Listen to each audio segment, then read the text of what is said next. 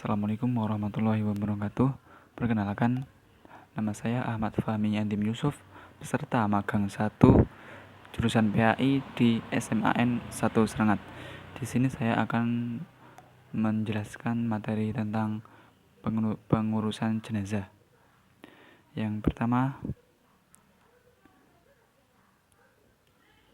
kita akan membahas tentang perawatan jenazah. Beberapa hal yang harus disegerakan dalam pengurusan jenazah oleh keluarga yaitu yang pertama memandikan, yang kedua mengafani, yang ketiga menyolati, dan yang keempat adalah menguburkannya. Nah, lanjut untuk poin B, memandikan jenazah.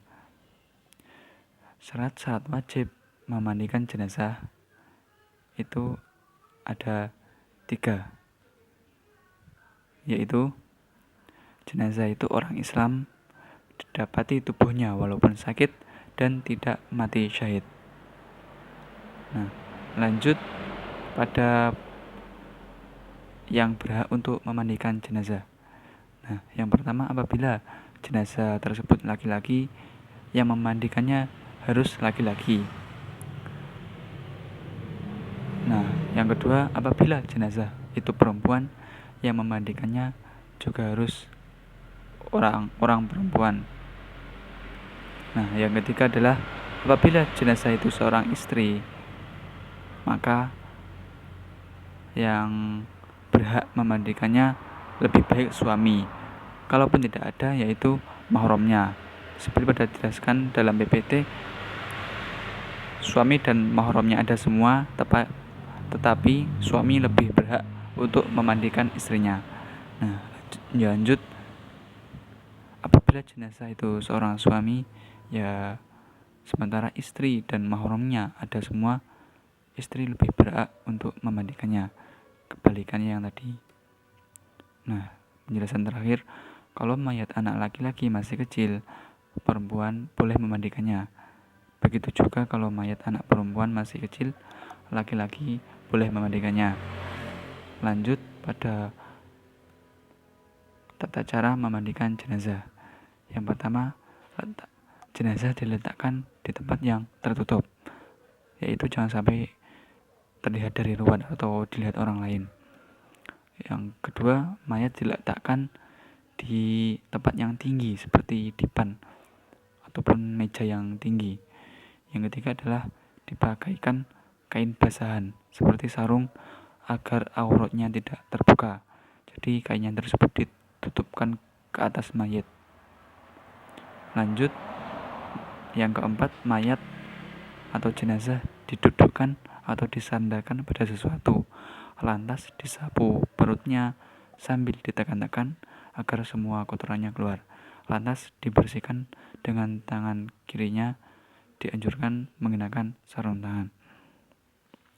Nah, jadi membersihkan kotoran pada mayat itu harus didudukkan ya mayatnya, agar mudah untuk membersihkannya, dan dianjurkan untuk mengenakan sarung tangan.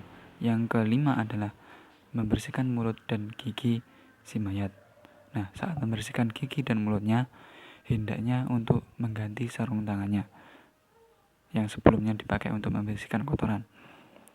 Lalu yang keenam adalah membersihkan semua kotoran dan najis. Dan yang ketujuh, mewudukan, setelah itu membasuh seluruh badannya.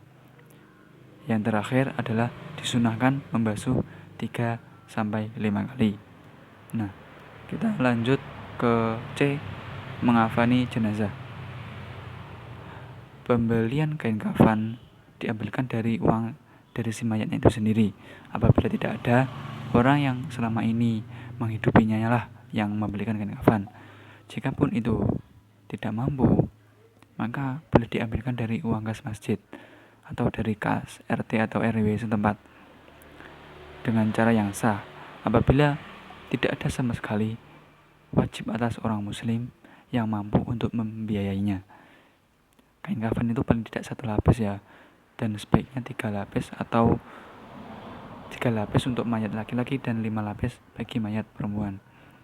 Cara membungkus jenazah adalah yang pertama, hamparkan kain kafan helai demi helai dengan menaburkan kapur barus di tiap lapisnya.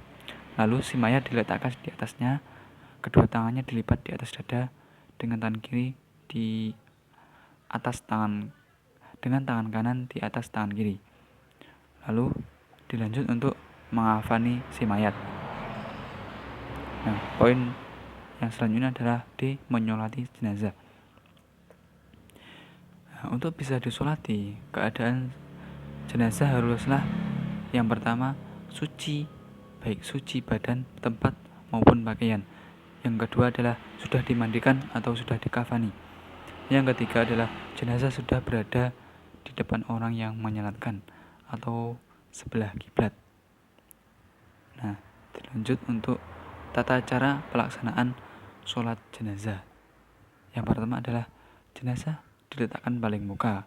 Apabila mayat laki-laki, hendaknya imam berdiri menghadap dekat kepalanya mayat. Jika mayat wanita, imam menghadap dekat perutnya. Yang kedua, letak imam paling muka diikuti para makmum. Jika yang menyolati sedikit, usahakan dibuat 3 baris atau 3 shaf. Yang ketiga adalah mula-mula semua berjamaah berdiri dengan berniat melakukan sholat jenazah dengan 4 takbir. Nah, niatnya adalah untuk yang mayatnya laki-laki, niatnya adalah usolli ala hadzal mayyiti arba'a takbiratin fardul kifayati makmumalillahi ta'ala. Nah, apabila untuk mayat perempuan, hadzal mayyiti diganti dengan hadhil mayyitati.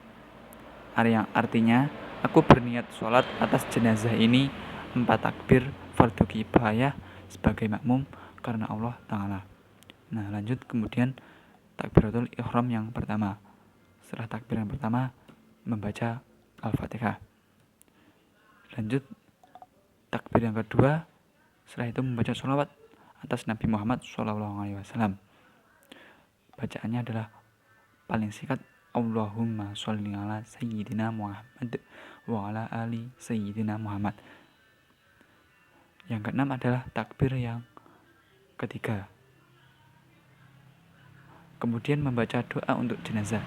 Nah, setelah takbir yang ketiga, bacaannya adalah Allahumma ighfir lahu warhamhu wa'afihi wa'fu anhu, yang artinya, ya Allah, ampunilah dia, kasihkanilah dia, sejahterakanlah dia, maafkanlah kesalahannya.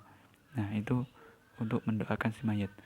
Lalu dilanjut takbir yang keempat dengan membaca doa sebagai berikut, yaitu Allahumma la tahrimna ajrahu wa la taftinna ba'dahu waghfir lana walahu.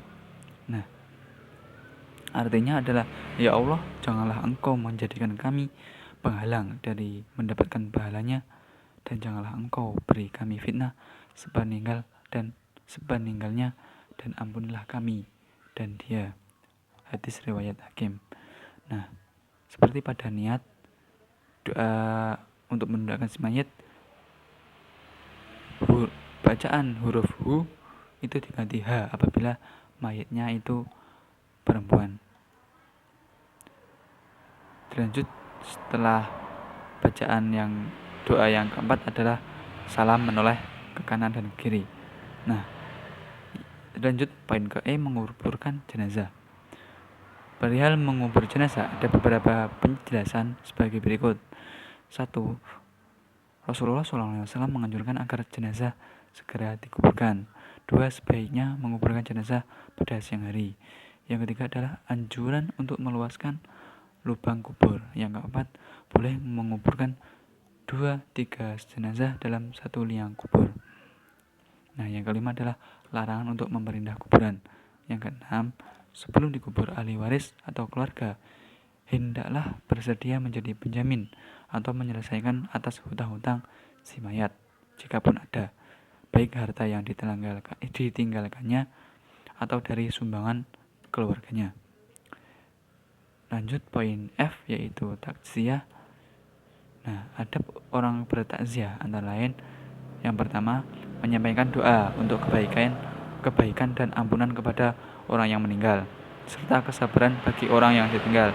Yang kedua adalah hindari pembicaraan yang menambah sedih keluarga yang ditimpa musibah. Yang ketiga adalah hindari canda tawa, apalagi sampai terbahak-bahak. Yang keempat adalah usahakan turut untuk menyolati mayat dan turut mengantarkan ke pemakaman sampai selesai penguburan.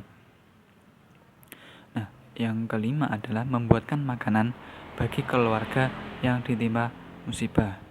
Nah, lanjut poin yang terakhir yaitu ziarah kubur. Nah, ziarah itu artinya adalah berkunjung.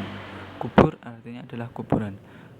Ziarah kubur itu artinya adalah mengunjungi atau berkunjung ke kuburan.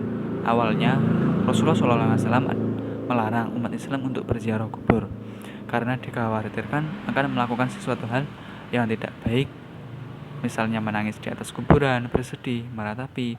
Bahkan yang lebih bahaya adalah mengultuskan mayat yang ada di kuburan.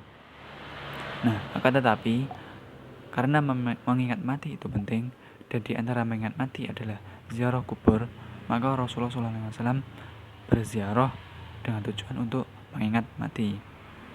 Nah, sekian penjelasan dari saya. Apabila ada tutur kata yang kurang berkenan atau penjelasan yang kurang jelas, mohon dimaafkan. Sekian, wassalamualaikum warahmatullahi wabarakatuh.